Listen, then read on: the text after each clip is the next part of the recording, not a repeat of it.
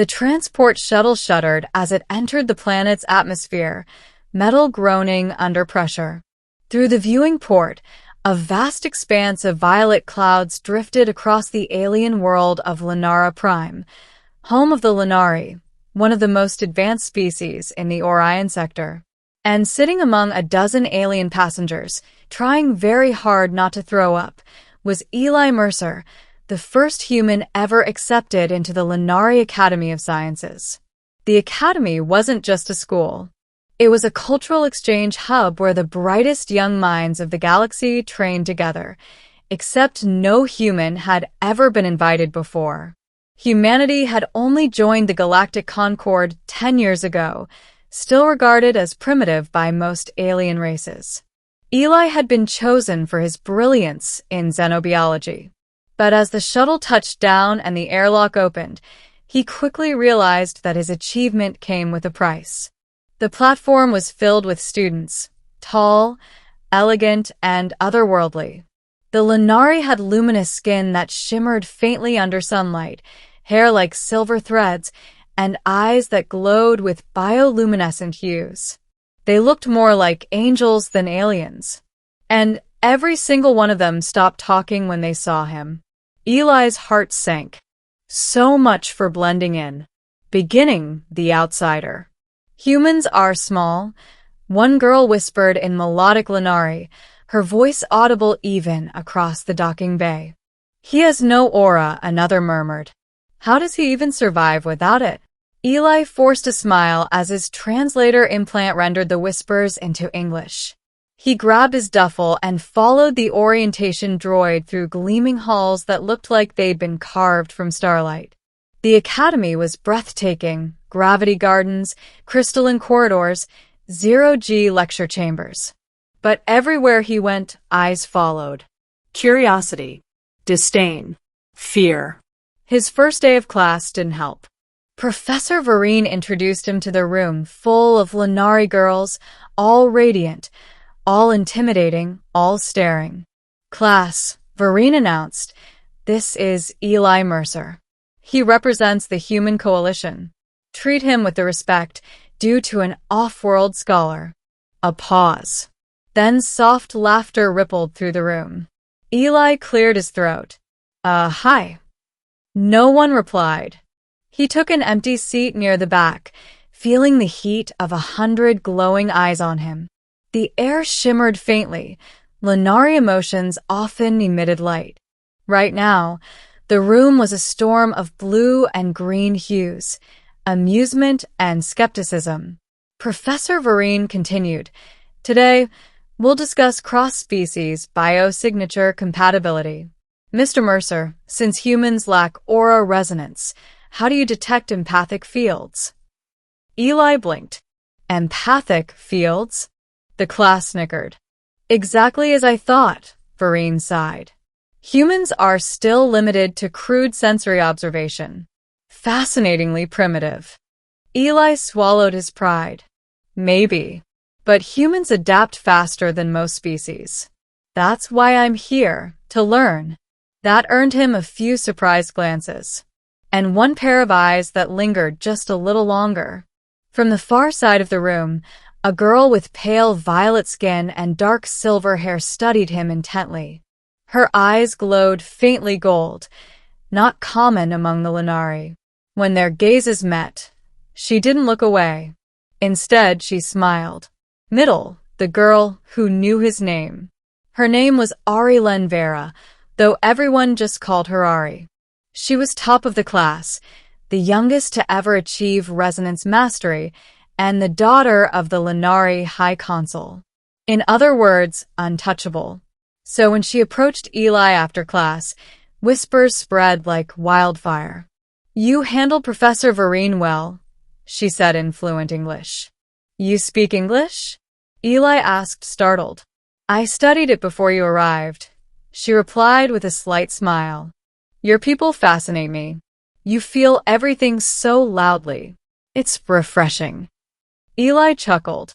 That's one way to describe anxiety. Ari tilted her head, curious. Your aura is strange. It doesn't glow, but I can feel it. like static in the air. "I guess that's just nerves," he said, trying to sound casual. But something flickered in her eyes, recognition. "Eli Mercer," she whispered softly. "Your name, I've heard it before." He frowned. "I doubt it. I've never been to Lenara." She didn't answer, only smiled again before walking away, her bioluminescence fading into the crowd. Over the next few weeks, Eli adjusted barely. He learned to navigate alien etiquette, avoided food that glowed, and learned how to bow without staring directly into someone's eyes, as the customs manual insisted. But Ari kept appearing, sometimes beside him in the library, sometimes during lab sessions, always watching. One afternoon, during xenogenetic simulation class, their assignment was to merge two DNA sequences into a stable hybrid. Most failed within seconds. Eli's model, however, stabilized perfectly. The class gasped. Professor Vereen leaned forward. "Impossible. Human neural models can't process resonance matrices." Eli blinked at the shimmering hologram, a perfect fusion of human and Lenari DNA strands. "It just worked," he said. Ari smiled faintly. "Because your pattern matches ours." He turned. "What does that mean?" "Come with me," she said quietly. "There's something you need to see." The secret beneath the school.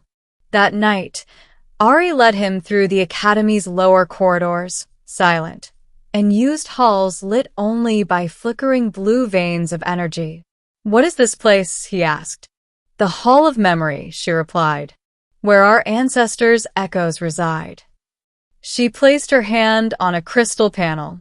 The wall shimmered and opened to reveal a chamber filled with stasis capsules, each containing a glowing sphere. "Our kind preserves the essence of the departed," she said. "But some spheres hold fragments of other lives."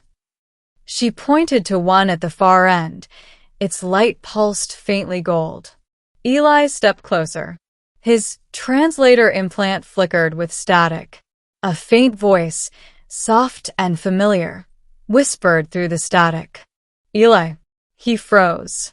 "Did you hear that?" Ari nodded slowly. "That's why I knew your name. The echoes called it before you ever arrived." He turned toward her, confusion and fear mixing in his chest. "Who's in there?" "My mother," Ari said quietly. "She died during the first human-Lenari war. Her name was Sarenvera." Eli's breath caught. That name. He remembered it barely from his childhood. A nurse who'd taken care of him after his parents were killed in the early skirmishes. A woman with silver eyes who taught him a strange lullaby that glowed in the dark. She was human? Ari shook her head. "No." "But she lived among humans for years. She said there was one child she cared for deeply. A boy with eyes the color of Earth's oceans. She said his name was Eli." The room seemed to tilt around him. "You're saying your mother knew me?"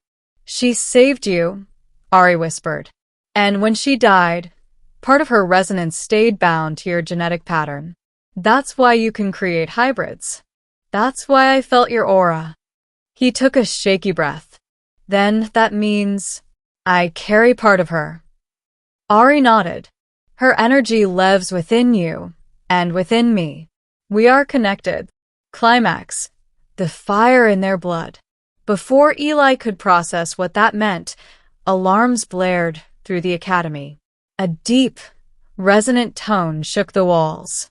Ari's eyes widened. "The council is here. They discovered I brought you below." "Why is that bad?" "Because the Hall of Memory is sacred," she said. "They will see your resonance as contamination, proof that humanity has corrupted us." Heavy footsteps echoed from the corridor. Guards, tall, armored Lenari with spears of plasma energy, surrounded them. "Step away from the sphere," the leader barked. "Human, you are under arrest for genetic interference." Eli raised his hands. "Wait. I didn't do anything." Ari moved between them, her aura flaring brilliant gold. "He is not a threat. He carries my mother's resonance." The guards hesitated. "Blasphemy," one hissed. "No human can hold a Lanari soul." But as they advanced, the sphere pulsed, golden light flooding the chamber. The guards froze as the energy laced through the air, weaving into Eli's skin. His veins glowed, and for the second time in his life, he heard that voice, gentle, maternal, eternal. "Eli, you've grown." He fell to his knees, tears stinging his eyes. "Saren." Her voice echoed within every Lanari in the room. "You fight the same battles I did. Fear, prejudice, division. But this boy is proof that we are not so different. My light chose him, and through him, you may yet remember what unity means." The guards lowered their weapons. The energy faded, leaving Eli trembling but alive. Ari knelt beside him, her hand glowing as she touched his arm. "She spoke through you," she whispered. "I think she always has," he said. "Maybe that's why I was sent here." Ending, the bridge between worlds. In the weeks that followed, the council investigated the event. The records of Saren Vera were restored, and for the first time in Lanari history, they acknowledged the possibility of shared resonance, a blending of human and Lanari energy fields. Eli's research became the foundation of a new discipline, enteric biology. And while many still viewed him with suspicion, others began to see humanity differently, not as intruders, but as kin. On the day of his graduation, Ari stood beside him at the ceremony platform overlooking the twin moons. Her golden eyes reflected the starlight. "You've changed our world," she said softly. He smiled. "Maybe just opened a door that was already there." She laughed quietly. "My mother would have liked you." "She already did," he said. A faint shimmer glowed between them, golden threads connecting their hands. It wasn't light, not exactly, but something older. Something shared. As the crowd below applauded, Eli looked up at the stars of Lanara and whispered a quiet thank you to the woman who had saved him and to the daughter who helped him find her again. For the first time in galactic history, a human and an alien stood side by side as equals, not by treaty, not by fear, but by family.